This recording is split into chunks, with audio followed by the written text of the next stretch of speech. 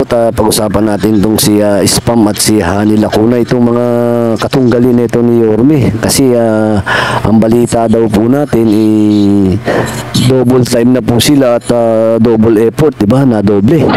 Diba? Talagang puspusan yan. Ibig sabihin, puspusan yan. Yung puspusan pala na sinasabi, hindi po yung puspusan nangangampanya o puspusan pagtulong sa mga tao. Ang gagawin pala yung puspusan paninira na Isko Moreno. Kaliwat kanan ng banat nila. Araw-araw na lang hindi sila nagsasawa. Ayun at ayun din na sinasabi nila. Yung paninira nila dito kay Isko Moreno. Ito naman si Mayora kung ano-ano din sinasabi. Di ba ito si Mayora kung ano sinasabi nito bumabalik sa kanya. Dahil halatadong paninira lang lahat ng sinasabi niya. Kasi magkasama sila ni Isko noon eh. Sanggandikit sila eh, di ba? Tapos niya kung ano-ano na sinasabi. Di ba? Paulit-ulit na lang. Inuulit natin na inuulit. Hindi po tangha ang mga tao. Alam din kahit isang beses yun lang sabihin yan. Naiintindihan na ng mga tao. Mas lalo nilang hindi naiintindihan yan at mas lalo nilang iisipin na naninira lang kayo kung paulit-ulit yung sinasabi. Di ba? Kung mga kampanya tayo, wala na tayong naririnig sa inyo eh. Yung mga katunggali ni Yorme, wala na tayong naririnig dito sa mga to eh. Puro na lang paninira. Diba? Yung paninira na yan, matagal na. Diba? At kung sisiraan nyo si Yorme dito sa mga inutang niya, dito sa binenta niya na sinasabi ninyo, di sana tinignan din natin kung ano yung mga ginagawa niya. Bakit hindi natin batikusin yung mga nasa gobyerno, diba? Ang lalaki, bilyon-bilyon yung nawawala, wala naman tayo nakikitang pinatatayo. Diba? Tandaan ninyo po na pautang si Isko Moreno at nagbenta ng ilan dahil po sa pamimigay noong panahon ng pandemya. Napakadami pong ginawa dito. Tandaan nyo, take note. Ha? Hindi tayo umaasa sa national government noong panahon ng COVID-19 dito. Talagang gumawa ng paraan itong si Isko. Pero yun, habang tinutustusan niya yung mga bakuna dito, yung mga ayuda, diba? Hindi rin siya tumigil na pagandahin itong lungsod ng Maynila. Diba nandyan na yung pinailaw niya lahat. Yung ginawa niya yung Manila, nagpatayo siya ng condominium. Hindi pa ba sapat para sa inyo yun? Habang walang pasok yung mga bata, habang nasa quarantine, ipinagaganda niya yung mga eskwelahan. Diba? Hindi pa buo-isibo yun. Hindi pa buo sapat yun para sa inyo, para batikusin ninyo ng ganyan si Isko. Kasi kaya binabatikos yun ng ganyan si Isko dahil alam nyo na napakalakas ni Isko ngayong halala na to. Diba? At alam niyo na may tulog kayo ngayon kay Isko. At alam niyo na ang layo na ng rating at mga survey dito sa lungsod ng Maynila at talagang naku po Mariosep. Ngayon lang po nagkaroon ng survey na ganyang kalayo ang agwat. Diba? Iniisip ninyo, inasabi ninyo, pagka maninira kayo, ayun, nagbenta, nangutang, diba? Nangutang ng bilyon-bilyon, tapos matitigil na ron. Hanggang doon na lang, wala nang kasunod. Hindi po tanga ang mga Manileño, alam po ng Manileño kung ano yung mga ginawa ni Isko nung siya ay nanunungkulan pa lang dito bilang mayor ng lungsod ng Maynila. Hindi po tanga ang Manileño na maniniwala sa paninira ninyo. Kasi wala na kayo ibang binato kay Isko, yung pagbebenta, yung pangungutang, puro na lang lalo na ito si Mayora. Dito ako natatawa kay Mayora. Diba? Samantalang nung panahon ng pandemic, siya yung vice mayor ng lungsod ng Maynila. Diba, uulitin ko ulit, hindi po makakayanan ni Isko na umutang, hindi po makakayanin ni Isko na magbenta kung hindi pinag-usapan yan dyan sa konseho, kung hindi pinukpok ni Hani Lacuna yan. Diba, dahil sa po ang presiding officer ng council, dadaan po yan at pag na-approve, saka pa lang po mangyayari yung sinabi ni Isko. Kaya po wag kung dyan sa pangungutang at pagbibenta, wag lang po ibato kay Isko lahat. Dahil po malaki po ang partisipasyon ng council at ni Vice Mayor Lacuna noon. Ayan po ang isipin natin, di ba? Kung noon, nakikita natin yung mga post niya noon, tsaka pinagkukumpara po ngayon yung mga post niya, di ba? Parang magkaiba. Parang dati, pinagtatanggol niya pa yung nangyari niyan sa pangutang at pagbenta ng ilang properties ng Maynila. Pero ngayon, ayan ang ginagamit niya para siraan itong si Moreno. Di ba? Nahahalata po kayo na ang tanging ginagawa nyo lang ngayon ay sinisira at pinapabagsak itong si Moreno.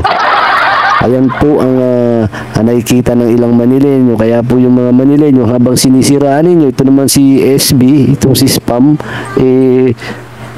pinupukpok dito sa benta at utang. Di ba halos parehas lang sila ng sinasabi. Wala namang binagaiba eh. Kasi alam natin na wala naman talagang pwedeng iba to kay Isko, yan lang. Noon pa. Di ba? Tapos na po yan. Kung sana nakaposisyon ngayon, dapat po dinadala natin sa proper forum at para malaman ng mga tao kung talagang totoo yung sinasabi natin. Di ba alam nyo na pala yan, billion na sabi ninyo, hindi dapat ginasuhan po natin si Yorme. Kasi wala naman tayo may kaso, ang gusto lang natin manira. Di ba? Yan lang naman ang talagang purpose natin, ang siraan. Wala kayo ibang purpose, nasa posisyon kayong alkalde ngayon, di dapat po dinala nyo sa proper forum. Diba? Halos parehas din to. Nung una to si Mayora, dinimanda tong vlogger na si Eli. Itong si Spam, dinimanda ngayon yung isang columnist, at yung ngayon si Balatbay. Diba? Halos the same lang sila ng ginagawa, diba? Basta't nababanatan sila ng gusto, naku po, ididimanda ka. Pero kami, tandaan nyo po, hindi po kami natatakot kaya demanda nyo kami. Basta't kami nagsasabi at karapatan namin magsalita. Dahil kayo yung mga public official. Di ba? Public office is a public trust. Kaya wag po tayo mga balat sibuyas. Kung ayaw nyo po mabatikos, wag tayong pumasok ng politika. Di ba po kasi umpisa pa lang po yan ng pagbabatiko sa atin. Napakarami pa pong susunod at malayo pa po ang halalan. Di ba marami pa pong lalabas na kung ano-ano. Di ba? Yung mga sekreto, di ba? Patagal-tagal pa halalan eh. Saan natin ibubuhos lahat yan? Di ba? Kasi alam natin, kumukuha rin tayo ng impormasyon sa mga pagkakatiwalaang source natin. Diba? Kaya ngayon, yung nangyayari ngayon, diba? Todo talaga. Talagang double effort sila na batikusin at siraan itong si Isko Moreno.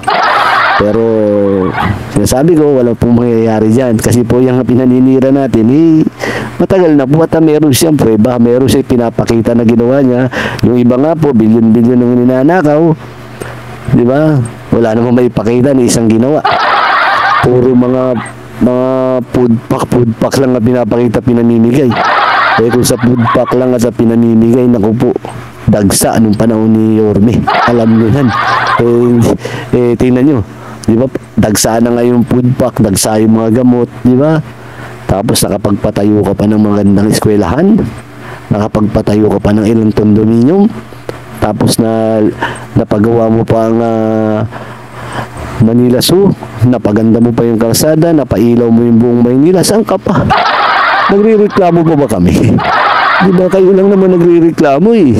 Wala naman nagre-reklamo Manileño eh, dahil alam nila na marami nagginawa. Ayan ang hirap sa atin, ipalibasa tayo na nakapwesto tayo.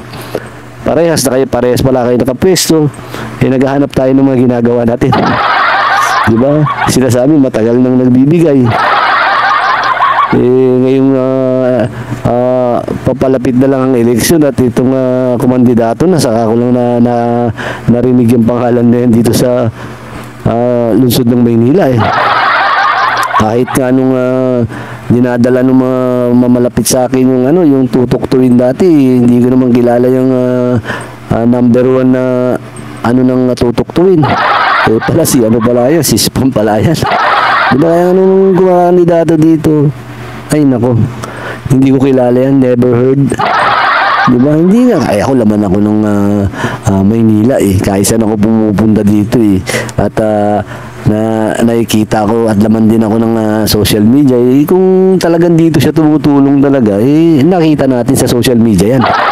O naraman natin dito sa mga kaibigan natin dito sa Manileño. Di ba? Dito sa Maynila. Di ba? Ako po, mula District 1 hanggang District 6, napakarami ko pong kaibigan. Tandaan niyo po yan. At ako dating nasa field at iniikot natin ang buong Maynila.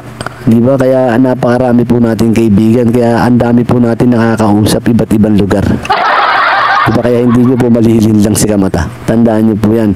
At ito po sasabihin ko, dagdagan nyo pa yung effort na mambatikos ng mambatikos. Magandang araw po at God bless.